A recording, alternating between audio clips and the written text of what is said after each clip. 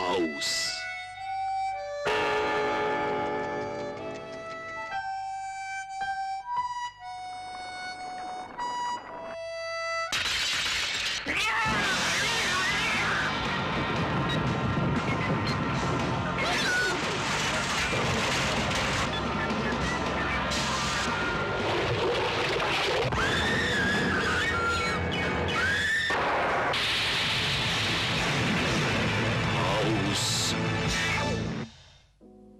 House es una película japonesa de 1977 dirigida por Nobuhiko Kobayashi, que se ha convertido en un clásico en parte por lo hilarante que puede llegar a ser.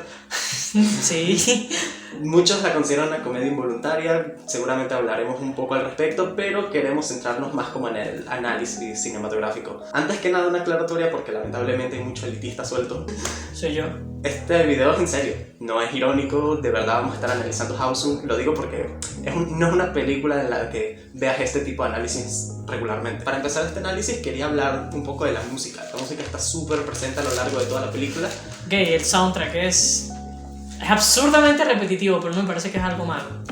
El mismo tema, no sé, creo que es el tema de la chica principal, de Ocean Fashion. Se le repite mucho, hasta el punto que lo podría tararear, pero tengo la cabeza llena de muchas cosas y no me acuerdo bien, no sé qué.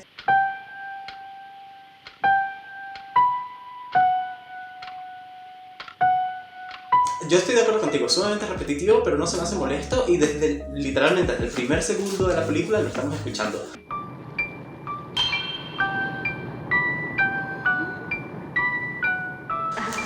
Pero algo que me parece muy curioso de ese tema es que empieza siendo antidiegético, lo escucha solo el espectador, pero a partir de cierto punto se vuelve un tema diegético, lo toca... Sí, hay dos momentos, ¿no? Porque uno es con la caja de música de Fashion. Ella abre su caja de música de su mamá, que está muerta, que no es lo primero que escuchas, pero es una de las primeras cosas que más se sienten de la película, después del estilo visual tan explosivo.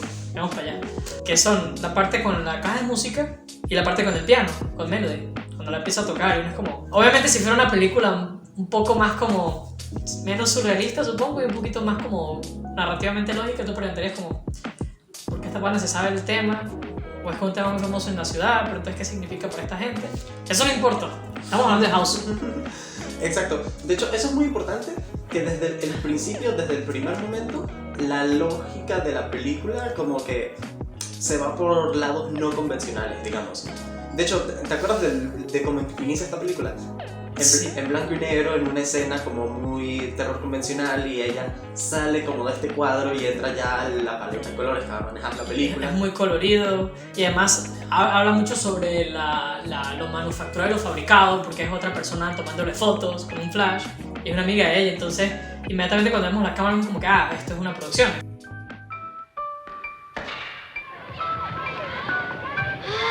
Ay, Caneta. Es un código muy interesante de ver la película. De hecho, ya que hablamos de eso, yo quería mencionar cositas de fotografía y estética. Primero que nada, los blancos de esta película son muy curiosos. Están muy altos, hay un contraste, Muy alto hay un contraste muy marcado, sí. No sé si es por el propio stock que usaron o como procesaron el film. No creo que sea el stock, creo que simplemente se volaron en contraste porque era el estilo visual de la película. De hecho, en este momento seguro van a estar viendo planos que, como prueba de ello. Otra cosita de la estética es que utilizan viñetas, y las viñetas, primero que es algo muy del cine clásico, ya para la época que salió House en 1977 era algo que estaba muy en desuso. Sí, por eso ya Sí. era como el nacimiento de la cinematografía moderna.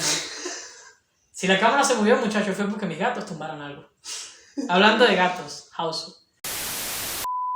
Y las viñetas, al principio de la película, funcionan como una especie de sustitución a los planos cerrados. De hecho, eso era algo muy común cuando el cine estaba iniciando, porque piensen que todos estos conceptos que manejamos ahorita, incluso de manera inconsciente del montaje, antes no existían. Antes las bases del cine venían más que nada del teatro y de las bases narrativas de la literatura. Era básicamente, mira esta obra, y la vamos a grabar. Claro, o sea, Como cuando es un evento en vivo. Piensa que si de repente hacías un plano cerrado de algo, los directores pensaban que la gente se iba a perder, que no iban a entender qué pasó, o sea, que porque hay un corte ahí. Los cortes cumplían una función, digamos, siempre eran temporales.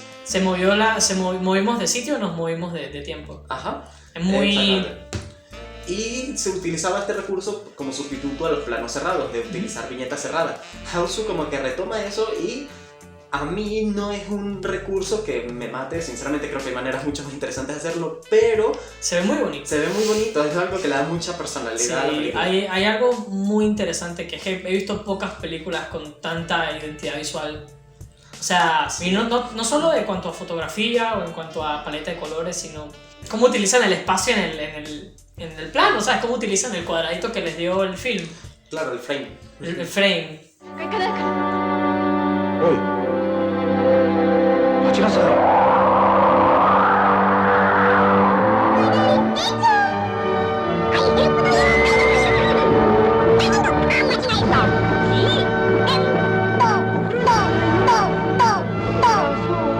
そりゃ変だやっぱり Otra cosita que me llama la atención de las viñetas y que esto no me gusta es que es un recurso que se va dejando de utilizar cuando la película va avanzando. Al principio a cada rato, lo ves a cada momento, pero después la película... El tren, el atardecer, Sí, la sí. escuela, es muy hermoso, es muy hermoso. Y luego la película avanza y ese recurso como que queda olvidado. Aparecen otros, eso sí. Aparece más uso de pantallas verdes, por ejemplo, y azules. Sí, es parte de cómo va avanzando la cosa, ¿no? También supongo que hay referencias como la viñeta que son como más estilísticas, pero hay referencias que ya son como obvias dentro de la propia narrativa de la película, como la escena del tren, que van directamente a la historia del cine. Ah, bueno, y fíjate, hablando de esa escena y también conectando con la estética, esta película tiene muchos fondos que son pintados, son decorados. Sí, yo aquí lo tengo en mis notas, hojas de cuaderno, porque soy un maldito asqueroso. Tengo una cosa aquí que dice los fondos falsos, estilo mantener la idílica de la juventud y el viaje perfecto.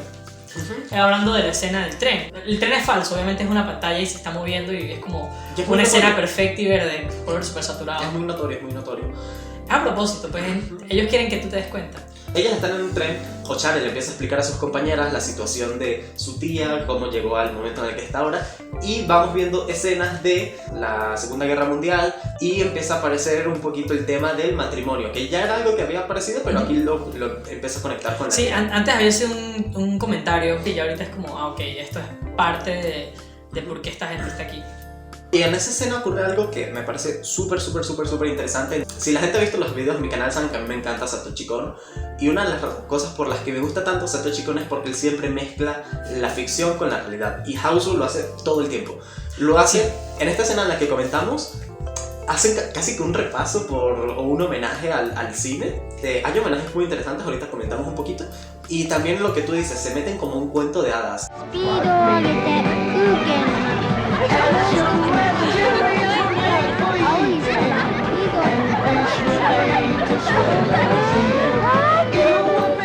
Entonces es como que ellas forman parte de la ficción que están relatando, porque te están mostrando estos flashbacks de la historia de la tía, pero ellas forman parte de ese cuento, se meten al cuento. Algo que me parece muy interesante es que en un momento vemos a Kung Fu entrar Entrar en a el ese sueño. flashback, la vemos marchando con los soldados, o sea, el filme es parte de la realidad de la película, digamos. Hay una referencia al cine clásico brutal que es Besos que queman. いつまでもじゃないじゃあキッズオブファイヤー O sea, no es una referencia al cine viejo en sí, pero yo lo tomé de esta manera, porque me recordó mucho a lo que hacían en Cinema Paradiso, que si no la han visto, véanla, de mis películas favoritas. En Cinema Paradiso, la trama es de un niño que se hace amigo de uno de estos encargados de un cine viejo, Italia de los 40, 50, y el chiste era que estaban en Italia, ¿sabes? De sitio católico. Entonces, el padre, cada vez que llegaba un filme, tenía que verlo antes de que lo viera el público. Y entonces las escenas que fueran consideradas como muy intensas o muy como calientes, lo que hacían era que las cortaban y el encargado simplemente, ¿sabes? Pegaba el film de las escenas cortadas, y cuando iba a devolver la película pues se las volvió a pegar. Dentro de Cinema Paradiso está viendo una película en el teatro, y cuando va a llegar la escena del beso el film se quema. O sea, como que se deshace y la gente, todo el mundo se arrecha, y es como... Me recordó mucho a esto de los besos que queman, y es un tema de otra película, y... Sí, Cinema Paradiso es después, pero me gustó mucho esta cosa. La La Land tiene un momento muy similar. En La La Land, cuando Mia y Sebastián están a punto de besarse por primera vez en el cine, la película que están viendo es la que se queman.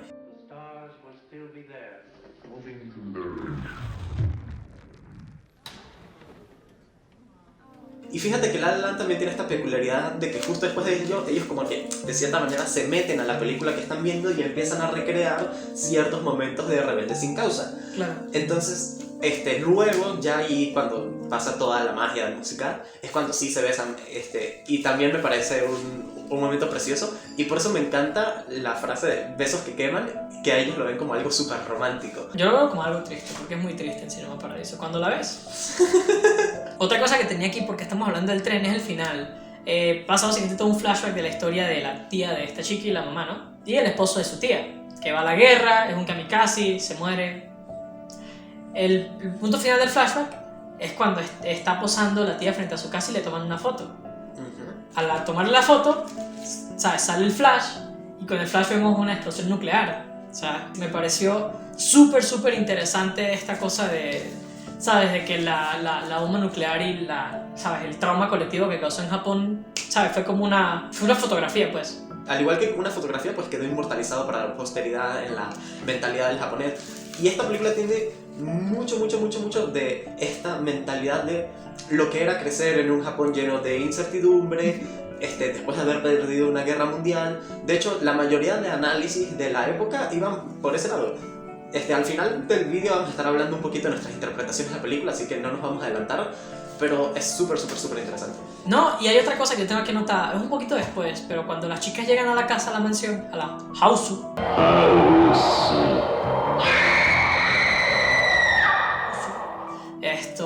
tú ves que una de las chicas, no recuerdo cuál es, una de las chicas tiene una cámara y le va a tomar una foto a la tía cuando lleguen, y ella inmediatamente el gato que ella tiene salta y la rompe cuando ve el flash, lo cual me parece como un callback. No sé si tenga como o sea, si se haya hecho con tanta intención, pero me parece que entre eso y lo de la bomba nuclear y el flash hay una conexión ahí. Hay una conexión muy interesante. Claro, hay otro significado más literal, pero ya es spoilers. Otra cosa de la que quería hablar es el tema del pasado. Desde el principio de la película, Ochare como que rechaza esta nueva novia de su padre, no la quiere aceptar como su nueva familia, digamos. Ok, hablemos un poco de los papás, ¿no? Bueno, el papá de Ochare. Él hace soundtracks de films, ¿no? Pero es muy interesante porque allá por si hay una referencia al cine como que es muy martillo a la cabeza.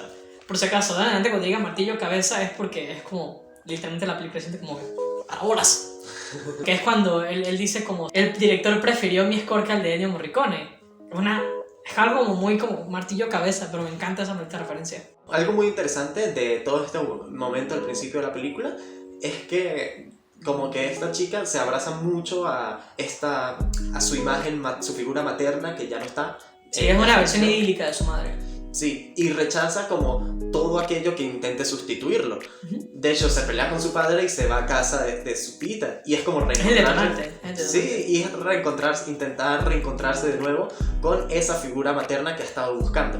Además, todo eso, en los primeros diálogos de la película, te lo van conectando un poco con los temas del pasado. Siempre se habla del pasado como algo mejor. El pasado siempre fue mejor. Sí, de hecho, es muy cosa de la escena del tren. Aquí yo tengo añoranza del pasado en el minuto 18:44. Hay una línea muy graciosa que dicen: a los hombres antes eran los masculinos. Sí. Y se iban a morir en la guerra, como Dios manda. Imagínate qué dirían ahora. Sí, ¿cómo?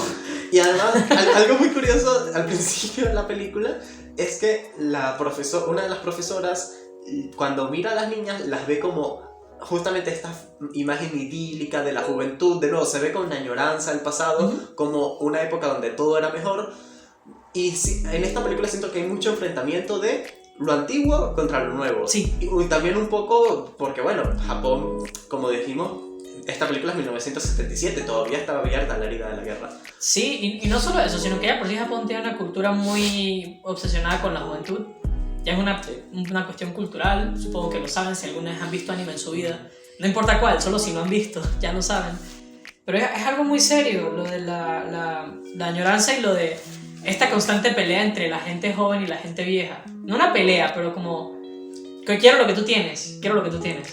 Sí, yo no lo llamaría una pelea, pero sí hay un enfrentamiento. O sea, hay un enfrentamiento, no necesariamente como algo violento, pero hay un enfrentamiento ahí claramente. La chupa de colágeno. De hecho, la tita les dice que ella... Que le chupa el colágeno. Que desde que llegaron a la casa se siente más joven y ahora puede volver a caminar y tal. 私が見てきてあげるわ。立てたんですか？元気が出たのよ、皆さんがいらしたから。いいわ。Hablando de la tía, yo tengo aquí escrito que la tía y Oshare, las dos están buscando su juventud.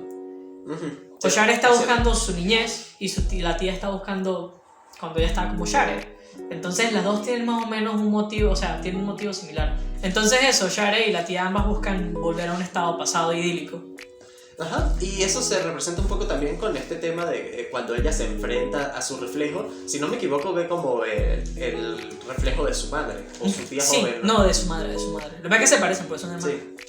Ve como el reflejo de su madre, que es como lo que mencionábamos antes, esta figura que ella no había dejado ir, nuevamente la imagen del pasado que ella no puede superar. Entonces, luego ella se termina convirtiendo en esa misma imagen. Se queda encerrada en el espejo. Se queda atrapada en su reflejo. Yo iba a hablar de la caracterización de los personajes. Es muy anime. Es un pequeño aside, pero me encanta que tienes cuando salen de las clases y están todos en el patio y empiezan a presentar cada chica. Es muy orgánico. Es como la cámara va haciendo un dolly y se va moviendo y va mostrando la cara de cada una. Y es como cada una dice lo que le gusta, pero es muy orgánico porque están hablando entre todas. Sí. Es muy anime y eso me fascina. Y no está hecho con un movimiento de cámara, sino que es como... Sí. O sea, creo que hay como un trabajo ahí en postproducción, porque... Sí. O sea, es como... Es como, ¿sabes? Te lo imaginas como movimiento de cámara, pero no es como pa. Pero van en orden, entonces se siente como... digital, digamos. Sí.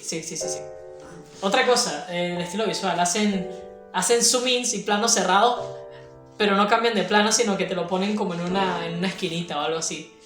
Muy genial, me encanta. Básicamente en vez de hacer todo el plano, simplemente le hacen zoom a la cara de la persona y la ponen en grande.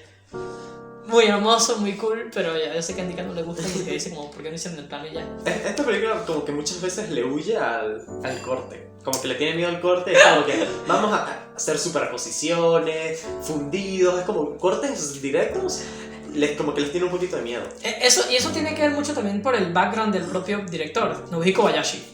Él viene, antes de hacer esta película, él creo que tiene otra película antes de esta, pero él era de un background de hacer comerciales, sí. Comerciales japoneses, que si algún día han estado en internet, pues también han visto la fama de los comerciales japoneses por ser esta cosa loca. Es una subcultura. Exacto, entonces él venía a hacer comerciales y entonces se nota mucho en su estilo visual, es muy... tiene miedo al corte y como al lenguaje cinematográfico lento y anticuado, supongo, formal. Yo quería hablar también de la subversión de las películas de horror. Esta película tiene elementos que podríamos considerar de una película de terror, digamos. Tiene elementos de esos géneros, sí. Pero también como que los subvierte. De hecho, esta película es una comedia. A mí me parece una comedia. Ok, nosotros tuvimos esta discusión. Él dijo que era una comedia de horror, yo dije que era un horror comedia. Y todavía me mantengo por eso de que es principalmente un horror y después una comedia. Da risa. Obviamente que da risa, pero me parece que mantiene primero y principalmente lo del horror. Y ya que hablamos de esto, antes de volver al tema del terror, ¿tú crees que es una comedia involuntaria o que de verdad... No, estoy absolutamente seguro que es una comedia voluntaria. Que está hecho a propósito así, que el director sabía qué es lo que estaba haciendo. Yo también creo, porque... Es muy obvio. No me creo que cuando el gato llega y se empieza a tocar sobre el piano, la gente estará viendo.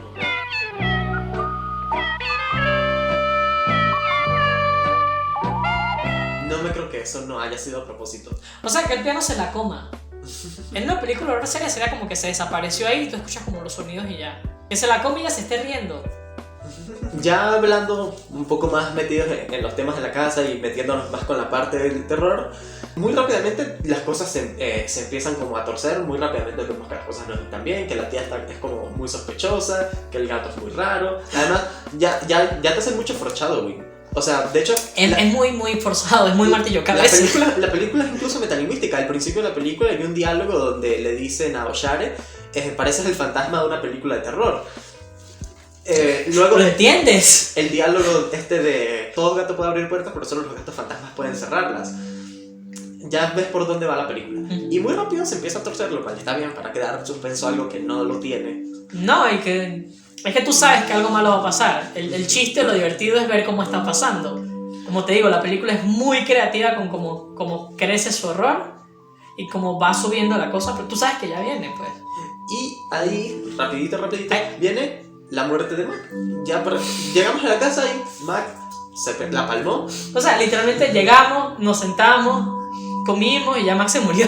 Ajá, y había algo muy curioso aquí, muy interesante. Lo que caracterizaba al personaje de Mac, que le llaman Mac por stomach, estómago en inglés, era justamente que se la pasaba todo el tiempo comiendo. Y luego que mueren, ellos se la comen. Luego vamos a estar hablando porque pasa algo similar con cada una de las chicas. Pero bueno, hablando del tema del terror y cómo lo subvierte, tiene estos momentos que podrían ser terroríficos si la película se hubiese dirigido de otra manera, pero que terminan por ser hilarantes incluso. A mí me parece que sí tiene momentos que de verdad son terroríficos. No que a mí como que me asustaron de verdad, pero que entendí que el intento del director en este momento específico sí era dar miedo. Lo que pasa es que estamos hablando de una película del 77. Yo creo que uno de esos momentos que yo creo que como que, ok, la intención aquí sí era asustar o dar miedo, es uno en el que Oshar está tomando una ducha y como que una mano de pelo le empieza a subir por el hombro. Diría que es uno de esos momentos que es genuinamente terrorífico. Pero por ejemplo, cuando Mac muere, ves su cabeza flotando. Obviamente, eso no es terrorífico, pero o sea, hay momentos que son más over the top y momentos más como... Por ejemplo, el momento donde Oshar está en el espejo y ve su reflejo me parece que es más horror serio. Okay. Mientras que algo como, no sé, que le lancen un palo de madera a Kung Fu es mucho más hilarante y no es horror serio, pero, ¿sabes? Va lanzándose entre las dos. Lo que mencionas del espejo es un detalle que me gusta mucho, porque los espejos tienen esta connotación de enfrentarte a ti mismo y muchas veces enfrentarte a otra faceta de ti que no quieres reconocer o este tipo de cosas. Además, algo que caracteriza al personaje de Oshar es su vanidad. Sí. The Fashion es más o menos la traducción más cercana que tendríamos al nombre de Oshare. Literalmente todas las mujeres se llaman así. Todas las mujeres de... Melody es músico. Kung Fu, adivina. Aquí hay un clip de ella pateando una madera. Kung Fu. Fantasy es muy inocente. Mac come mucho. Me falta la otra. Tenemos memoria terrible, pero tampoco es que la película te ayude. Inteligente. Exacto. No me acuerdo cómo se llama ella. Y bueno, Oshare, que es como fashion.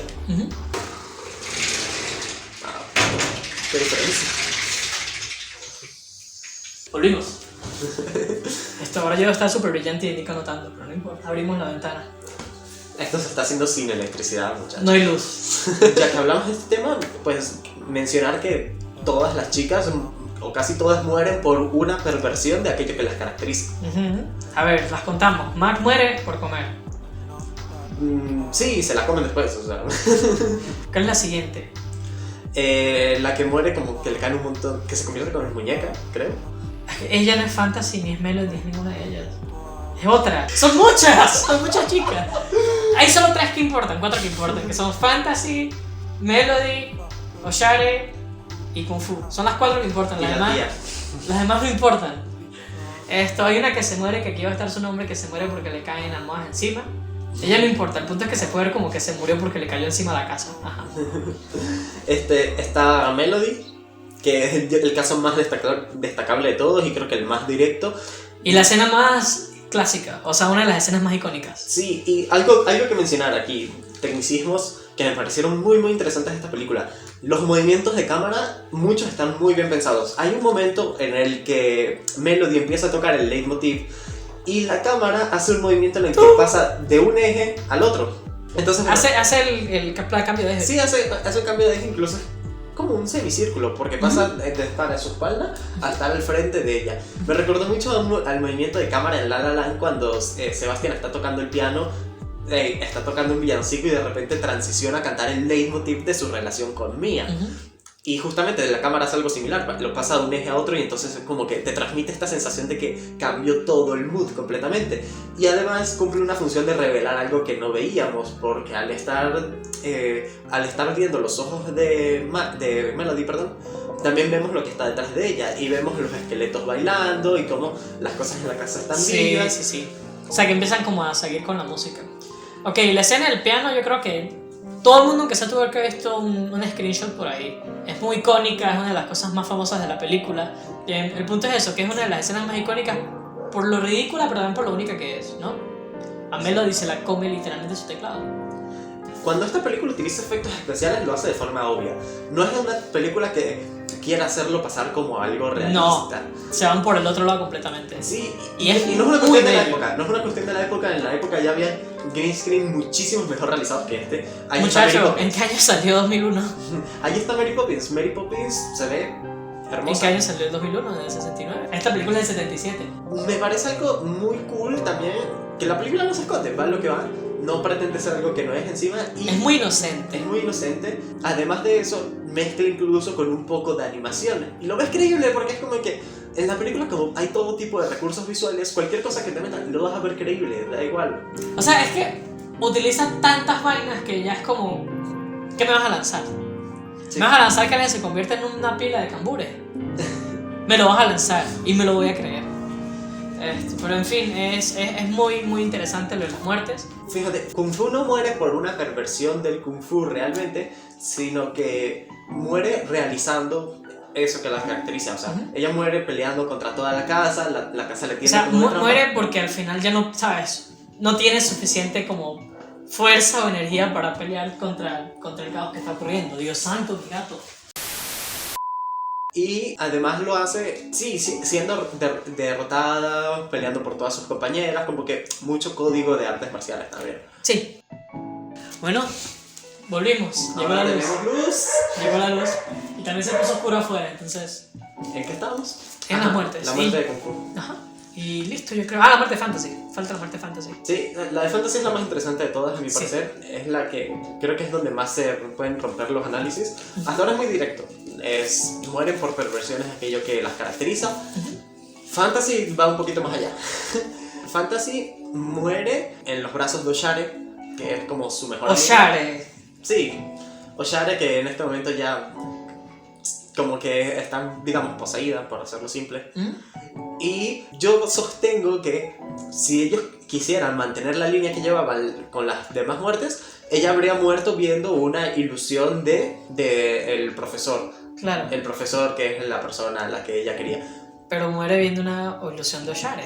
Muere viendo una ilusión de Oshare. Lo cual es muy interesante. Hay muchas lecturas ahí. Esta lectura es queer, de hecho. No sé por dónde quieres empezar a hablar de esto. A mí, sinceramente, Ok, me voy a dar siempre- contexto primero. Vale. La mayoría de las actrices, creo que todas, de las chicas eran menores de edad. Ujú. Hay desnudos en la película. Y no sé, creo que era esta escena, pero no estoy seguro, en que la actriz de Oshare, olvido su nombre, va a estar aquí en pantalla, no quería hacer el desnudo, obviamente estaba muy tímida. A lo que la actriz mayor, que hace el papel de la tía, se desnudó primero, de alguna manera para que hubiera como este sentimiento de, yo también me desnudo, todos nos desnudamos, relajado. Y, ¿sabes? Eso le dio como la confianza a la actriz de Oshare para que también se desnudara. A lo que el director vio eso, él dijo como, vamos a meter entonces un desnudo de la tía en la película.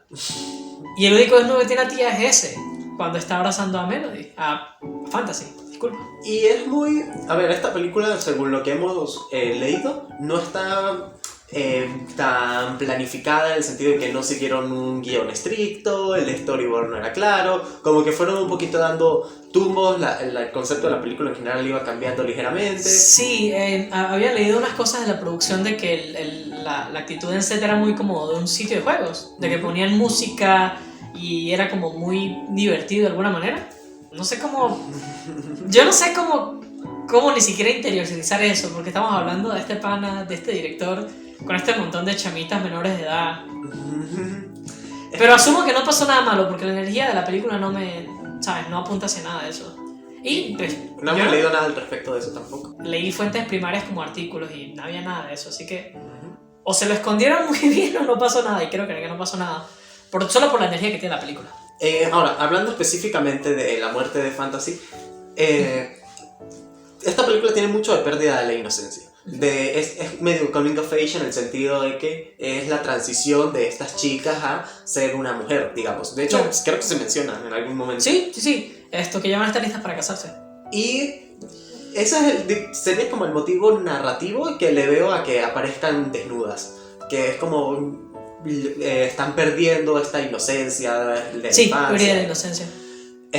La muerte de Fantasy Por eso me parece la más interesante. Creo que es la que mejor representa eso, pero a la vez me genera cierto conflicto porque rompe como con lo que había trabajado la película anteriormente con las demás. Lo que pasa es que yo siento que no lo rompe por esto, por esta cosa de que sigue siendo una ilusión de Oshare, porque no es Oshare de verdad. Luego, el personaje con el que justamente fantaseaba, el profesor, que es muchísimo mayor que ella. Ujico, eres un pillín. Ese personaje realmente... No es un personaje. Es un bait. No un personaje, o sea... O sea, te hace creer que es este príncipe azul que va a venir a salvarlas. De hecho, hay una escena en la que aparece encima de un caballo blanco. Luego, ni siquiera llega a la casa, ni siquiera las ve. Sí, cuando ella se va...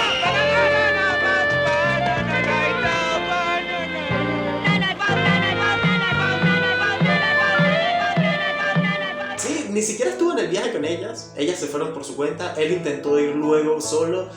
Ni siquiera las llegó a ver, no las logró salvar. Es un bait completo.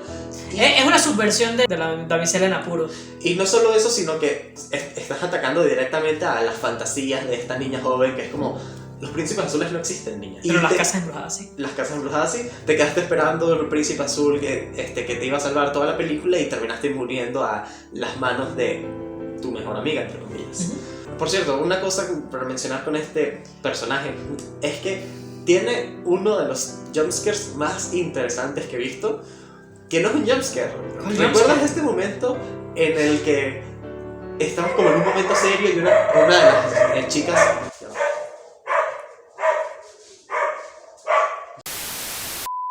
¿Recuerdas este momento en el que estamos en un momento en teoría serio, una de las chicas voltea y aparece alguien comiendo fideos de forma súper energética?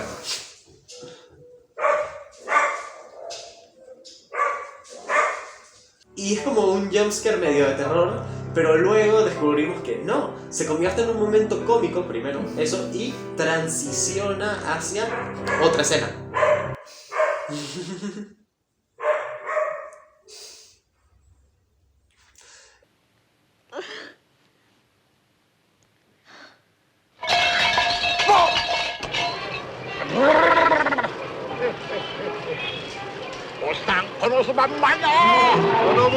Come to my house.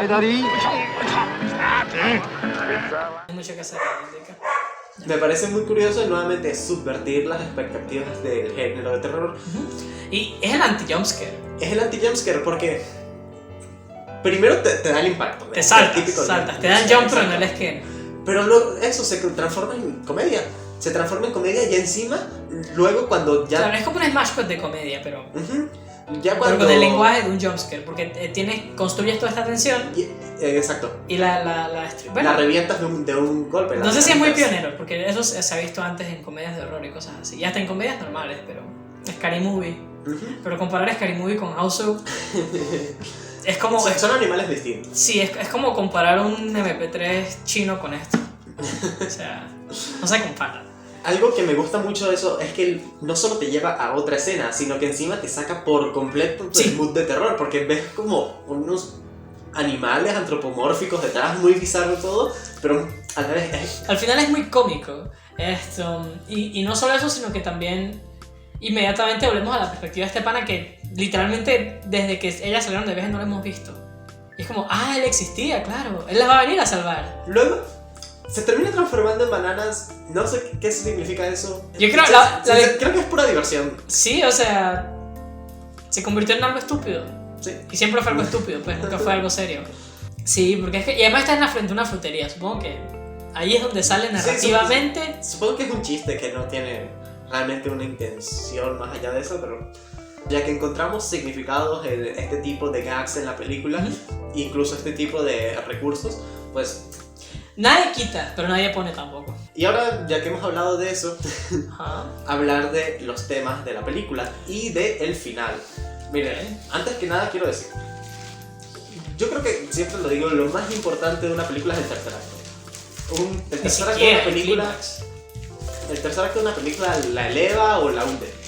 Eso no significa que el resto no importe, obviamente, pero ya que el tercer acto es lo más importante, siempre hay que prestar mucha atención a los finales. De hecho, a las historias, el final es lo que les da sentido. Claro. Piensa en el libro, en el cuento de La liebre y la tortuga. O sea, ¿qué pasaba si al final del cuento toda la fábula es idéntica, pero al final es la liebre la que gana, bueno, cambias todo el significado. estás cambiando el significado. Cambia el código. totalmente. Entonces, comenzando con los temas de la película. Vamos a comenzar con los temas y después hablamos del final. Porque tenemos opiniones diferentes en cuanto al final. La primera cosa que pensamos hacerlo entre los dos es porque teníamos opiniones diferentes sobre el final. Sí, antes que nada, decir que, como expliqué un poquito antes, la mayoría de críticos de la época le dan una interpretación de lo que significaba crecer siendo hijos de los que pelearon la guerra, básicamente. Exacto, en la posguerra. Ujú. Lo que significaba crecer en la posguerra, en este Japón moderno, demás. Yo sí veo esas interpretaciones, pero Juan y yo la llevamos más por otro lado, de coming of age más, pérdida de la inocencia, lo que significa crecer, añoranza al pasado, etc. Pero en el final es cuando nos dividimos. Para mí el final es cuando me hace convencer que la película desde el principio estuvo planeada para esta temática de los dos Japón enfrentados, antiguo y nuevo, porque vemos la imagen de la novia de su padre, Que es una, ¿sabes? Japón nuevo, Japón como más extranjero, mucho más como glamuroso, supongo. ¿sí? Como de alguna manera ignorando lo que pasó antes y, ¿sabes? Sí, y está Pasándole enfrentada en un plano de perfil a Oyare, que si bien es más joven, está vestida de forma tradicional, un vestuario tradicional Está en japonés. la casa tradicional. Exactamente. Y no solo eso, sino que Oyare es un personaje que añoraba el pasado, como que le tenía un poco de miedo al cambio. Por eso es que yo sí me voy más por esta interpretación de... creo que el tema de Coming of Age sigue estando ahí, pero me voy más por la interpretación de los dos Japón enfrentados, porque creo que el final tira hacia ese lado, especialmente por el vestuario. A mí me encanta cuando una película, el código de vestuario te cuenta algo. Siempre doy ejemplos con La La Land, no sé, la gente en este canal debe estar aburridísima. Habla de otra vaina. es como, ¿no han visto la maldita bandera que dice lee otro libro, read another book? Para la gente de Harry Potter, porque solo han leído Harry Potter y analizan todo bajo el lente de Harry Potter. Yo solo he visto La La Land y se la calan. De hecho voy a hacer aquel logo, el de read another book, pero es ver otra película. En La La Land, el vestuario de Mia, la protagonista, empieza siendo con colores muy claritos, amarillo, un azul muy intenso, que no es un color claro, pero es muy intenso, muy saturado. Y luego se van volviendo más oscuros mientras la película va avanzando. Hay un momento donde pasa como por tonos pastel y ya al final es negro. Eso me gusta mucho, cuando se le da una función narrativa al vestuario. En este caso yo creo que el vestuario cumple una función narrativa por la temática. Son las dos Japón enfrentadas. Ella tiene un kimono, es el vestuario tradicional de Japón, el que es más reconocible internacionalmente. Literalmente el meme de Japón es un kimono. Sí, y la chica que está sentada frente a ella está vestida de una forma súper moderna, con bufandas, con telas muy finas, incluso gente que se podría vestir así actualmente, ¿sabes? Y luego, otra cosa, es que esta película, según lo que vi en la página de Wikipedia, es que fue como una especie también de homenaje de Eiichi Yamamoto, Eiichi Yamamoto es el director de Belladonna, de Nobuhiko Bayashi, a sus amigos que murieron en la guerra. Entonces, el diálogo que se dice, siento que transmite muy claramente eso. たとえ肉体が滅んでも、人はいつまでも誰かの心の中に、その人への思いとともに生き続けている。Este diálogo al final habla de que las personas, aunque hayan partido, vivirán en nuestras memorias. Sí. Si son amadas o... Y va como por ahí. Sí, De que el las monólogo personas, al final. cuando las quieres, vivirán por siempre porque siempre estarán en tus corazones. 愛する人の命を永遠に生きながらえさせるため。 Entonces siento que ahí también está este homenaje a las personas, a los amigos de Eiichi Yamamoto que se fueron a la guerra.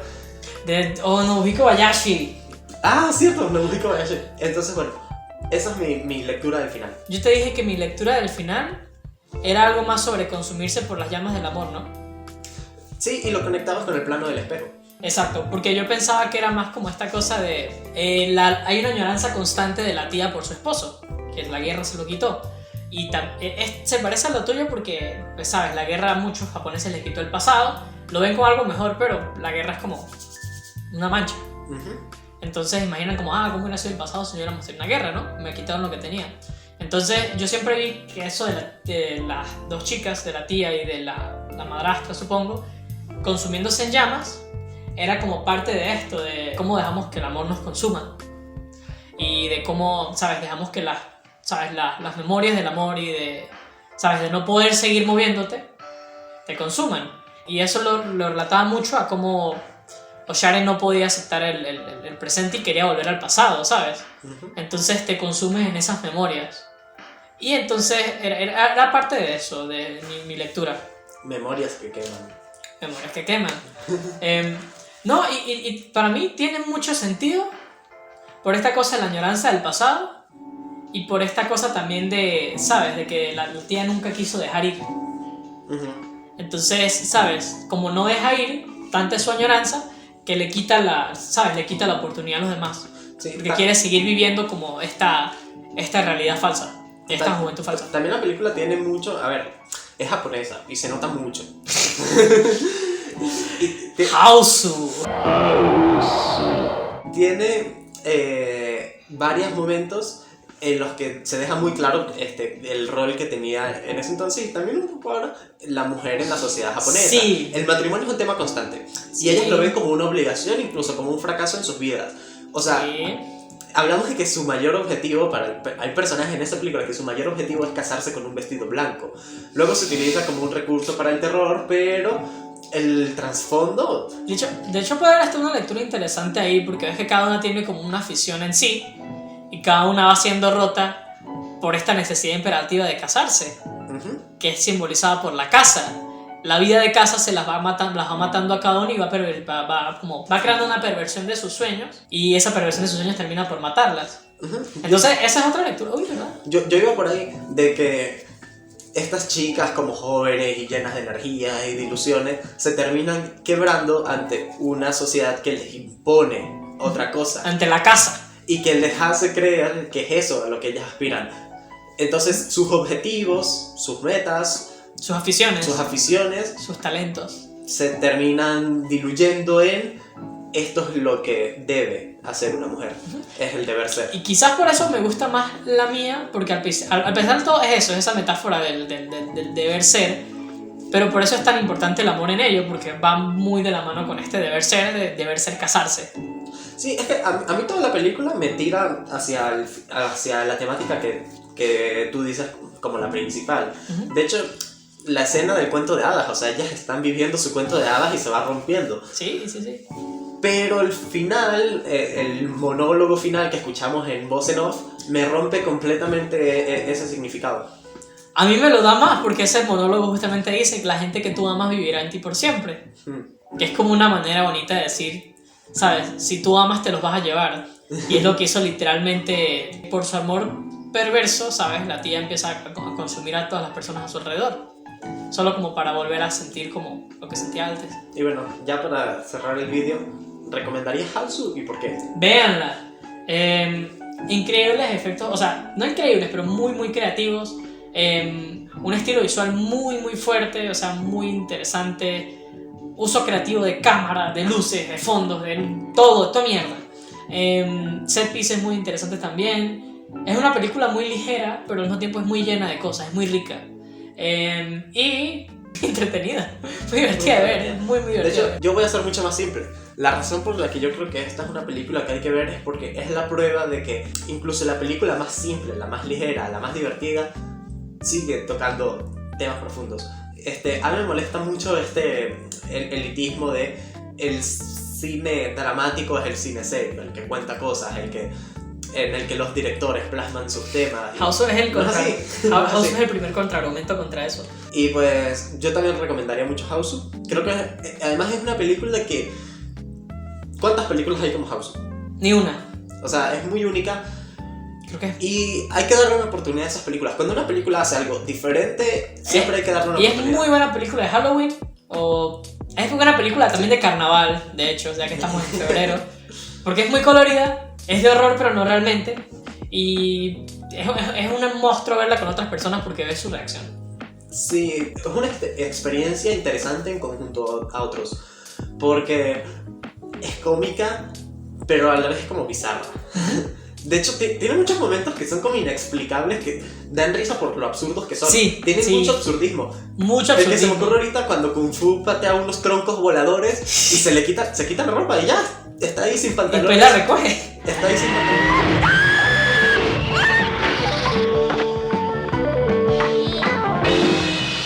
そんなバカな気のせいかな Después la recoge. Está ahí sin pantalones por el resto de la película. Nunca se cuestiona por qué los troncos vuelan. Sí. Nunca se cuestiona. Ay. Nadie se cuestiona por qué la ropa se le quita. O sea, eso se Hay- me hace muy Hay interesante. una última cosa que tengo aquí en mis notas. Hay una última cosa aquí que dice lejano al male gaze. Ok. Y quiero ver tu opinión al respecto. Yo consideré, cuando escribí eso, que la película, a pesar de que sea dirigida por hombre, a mí no se me hace male gaze. A mí no se me hace como que le ponen el lente así en el culo a la gente, o en las tetas, o en las formas y así, ¿sabes? Me parece que hace un buen trabajo de no sobresexualizar a las chicas. Ok. Yo tengo sentimientos encontrados. Por un lado, creo que los desnudos cumplen una función narrativa. Y son hechos con mucho, ¿sabes? Son muy elegantes. Y por otro lado, también muchas de estas escenas son como cómicas. Pero hay unos cuantos planos que a mí sí me parece que entran como en el male gaze. Por ejemplo, hay un plano Nadir debajo del suelo cuando chicas le están cayendo. Ok, sí. Ajá.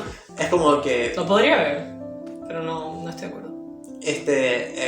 puedes ver como su ropa interior, que en Japón la ropa interior es como un fetiche. Hay como ciertos momentos en los que creo que sí. Yo lo pondría como un poquito a la mitad.